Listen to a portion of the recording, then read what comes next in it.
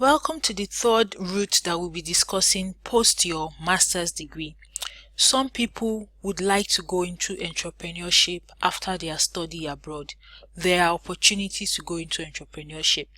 It could either be a social enterprise or a business enterprise. You will need to have a viable business idea. So if you want to go into entrepreneurship, you need to have a viable business idea. And this entrepreneurship can be in the country where you're studying or back home in your own country. And those ones that are back home in your country, you can even start preparing in advance so that you can get maybe funding or grants. They are possible. You just need to have a viable business idea. You need to have collaborators. It won't always be the case that you might find people who are interested, but if you have collaborators, it's always good.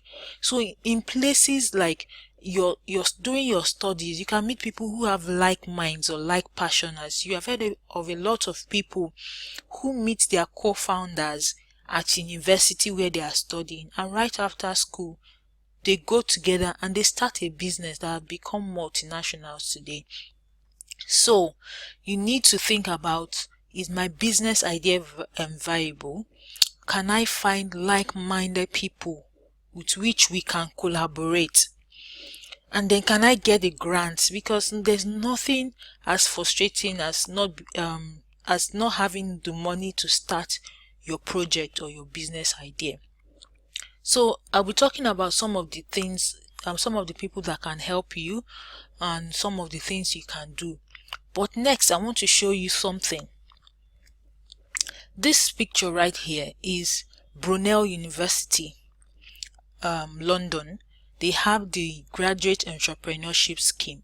So now they have this entrepreneurship scheme where universities will sponsor their students who are about to graduate. They will sponsor them a visa for 12 months so that they can stay in the UK and develop and implement their business idea.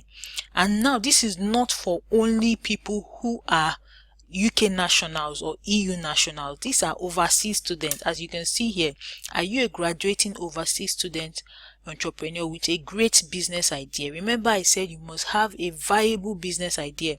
So there are a number of universities that have this going.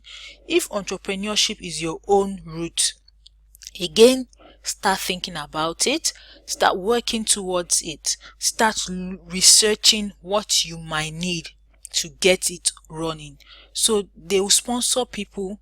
You can then apply for that visa, so you don't have to worry about your student visa expiring, because you now have time to work on your business idea. It's not a matter of you trying to get a grant such that you can be able to, is now commercially viable, because you may not have the money to implement that business immediately. And there are grant competitions that they open in the UK.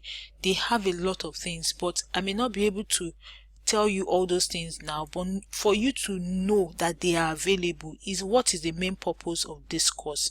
Know that these things are available, put them in the forefront of your mind and work towards achieving them. So in this requirement, they said to apply for a graduate entrepreneur tier 1 visa, you need an endorsement from a UK higher education institution.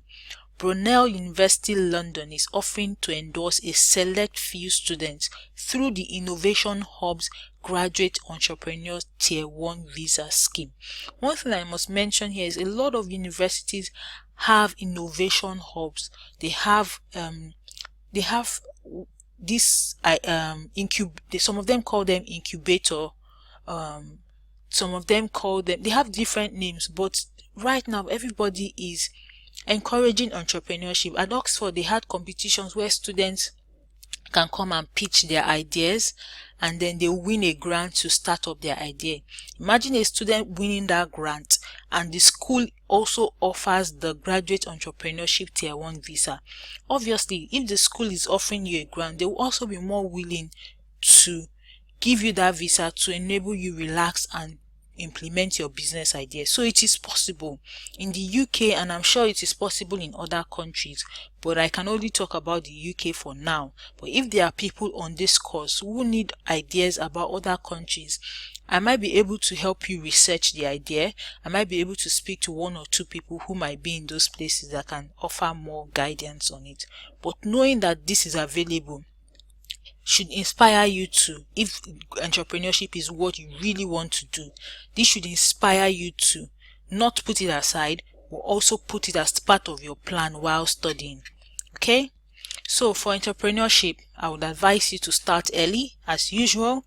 Network, network, and network.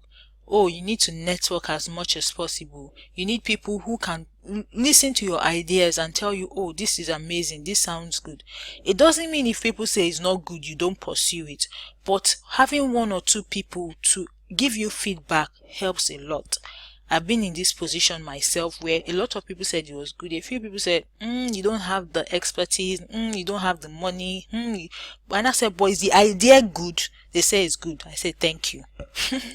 So grow your network to be able to get, so there are some things you will need, you may not be able to pay for, but there are people in your network who can help you out. So be willing to intentionally network. Go to places where you can find like-minded people and interact with them. Attend conferences. I keep saying this again, there are conferences for young entrepreneurs, there are seminars where they talk about these things. Attend them, meet people there, network with them. You can offer to get someone that you can shadow who is doing something similar like you, to work with them for a bit so you can get experience and you can build your own business in the process. Get a mentor similarly. Look out for competitions. Like I said, there are competitions that you can apply to. There are grants. You must be able to write your proposal well. You must be able to pitch yourself well, but they are available. So it's good for you to know that. Then start small. That's one of the main things you need to know. Don't look at, oh, I want to build a big mansion. Before you get to a mansion, you need to think about how you can start small and start making small impacts. So those are the key things I would say. There might be more, but these are the key things for me that I think if you put into place and you think about, it will really help you on your post-study journey. In summary, you have a clear goal. Is it a job? Is it entrepreneurship? Is it business? You know what you want. Start preparing for it early. Identify who can help you achieve your goals. Your lecturers, your tutors, your friends, your networks, your career advisor, the international student officer. They are all these people you can network with who can help you. Then know what you need, know the requirements. There's no point pursuing something that you don't meet the requirements for. Know the requirements. Then again, your CV, your LinkedIn profile, your other social media profiles, this is something you should put together very well. In this day and age, a lot of people are going online to search for you. When you're applying for one thing or the other, they are checking you out without your permission. There's nothing you can do. You've put it out there on the internet. It's almost a public good. So you need to make sure that these things are in order. Be talking about what you want to do. Let it be in line with your goals and your plans, so that when someone sees, they say, oh, you are consistent. You are not one person on social media and another person applying for this job or this grant. So put all those things together. Let it be clean. Let it be professional. Let it be great. Or you make it private such that anybody who is not your friend can't see you. Simple. Know your network. Your network is very important. Build your network. Build relationships intentionally. Don't be ashamed to ask for help. Don't give up. So in applying for jobs, there's one thing I must let you know. It's not easy. I remember applying to several places before my master's ended. I started applying early. They didn't get back to me. So as soon as I knew the end of my program, I started applying such that by the time it finished, I might be able to get a job immediately after. They didn't get back to me. Even the job I applied at Oxford, I had just left the UK. A week after I left the UK, that was when they called me for that job. I had to do the interview via Skype and then return back to the UK.